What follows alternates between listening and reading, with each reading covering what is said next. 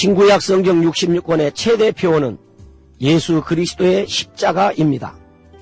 사복음서 곧 마태, 마가, 누가, 요한복음서 89장 중에 약 4분의 1인 25장이 예수 그리스도의 십자가 순환에 대하여 기록하고 있습니다.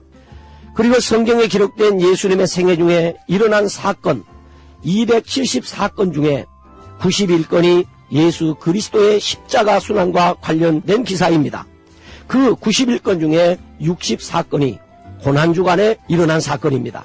십자가 형벌은 사람이 만든 형벌 가운데 가장 참혹한 것으로서 고대 여러 민족들 사이에서 이미 통용되어 왔던 사형제도였습니다. 그러나 로마 제국은 주로 노예만을 대상으로 십자가 형벌을 내렸으나 가륵 로마 시민권을 가진 사람이라도 중죄를 범한 경우만 이를 적용했다고 합니다. 그럼에도 십자가 사형법은 너무도 참혹했기 때문에 로마 본국 내에서는 가급적 실시하지 않았다고 합니다. 그러다가 콘스탄틴 황제가 십자가 형벌 금지령을 내렸고 그 후에 십자가 사형법은 자취를 감추게 되었던 것입니다.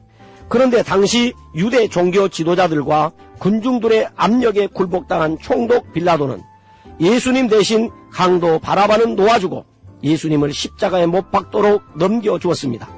그리하여 죄 없으신 예수님께서 극악무도한 죄인 취급을 받으며 십자가를 지고 골고다 언덕에까지 끌려가 다른 두 강도와 함께 십자가에 달려 처참하고도 참혹하게 죽으신 것입니다.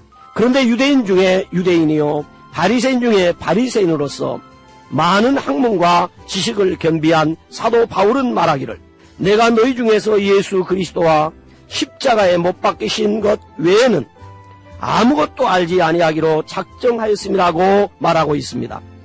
다시 말하면 그는 자신의 경험이나 수많은 지식을 배설물로 여기고 오직 십자가에 못 박히신 예수 그리스도만을 알고 믿고 전하고 자랑하며 살겠다는 것입니다. 그렇다면 무엇 때문에 그는 모든 사람들이 존경하고 따르는 지식인으로서 그리고 덕망가로서 그 수치스러운 십자가와 그 십자가에 달리신 예수 그리스도만을 알기로 작정했다고 고백하고 있는 것일까요?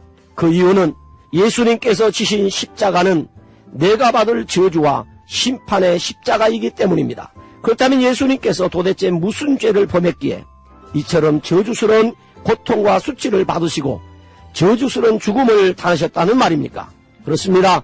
예수님께서 십자가에 못 박히신 것은 나의 죄로 말미암아 내가 받을 저주의 심판을 대신 받으신 것입니다. 예수님께서 지신 십자가는 나를 사랑하는 사랑의 십자가이기 때문입니다. 예수님이 지신 십자가는 나를 사랑하시는 하나님의 사랑을 가장 높고 가장 깊고 가장 넓게 표현된 사랑의 십자가입니다.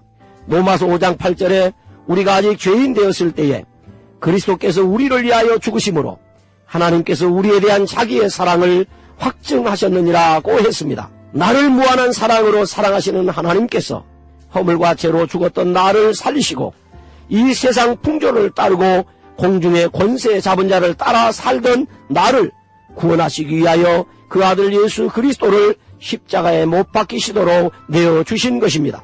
예수님께서 지신 십자가는 승리의 십자가이기 때문입니다. 예수님께서 십자가상에서 다 이뤘다고 하셨습니다. 다 이뤘다는 말은 구속 성취, 속죄 성취의 승리 선언이요 율법 성취의 승리 선언이며 예언 성취의 승리 선언입니다. 뿐만 아니라 죄와 사망에서의 승리 선언이며 사탄 마귀에 대한 영원한 승리 선언인 것입니다. 사랑하는 애청자 여러분, 십자가에 달리신 예수 그리스도를 믿어야 합니다. 십자가에 달리신 예수 그리스도만이 유일무이한 하나님이 주시는 구원의 능력이요 구원의 지혜이기 때문입니다. 그 십자가만이 우리의 믿음의 발원지요 사랑의 발원지이며 소망의 발원지이기 때문입니다. 그러므로 우리는 그 십자가를 자랑해야 합니다. 전해야 합니다. 그 십자가의 은혜에 깊이 빠져들어야 합니다. 그리고 그 십자가의 능력으로 승리하는 삶을 살아가야 합니다. 그 십자가를 지고 가는 사람에게 승리가 있고 자유가 있고 임마누엘의 역사가 있습니다. 예수 그리스도의 십자가만 생각하면 가슴이 뜨거워지고 감격이 벅차오르는 은혜가 있기를 주님의 이름으로 축원합니다.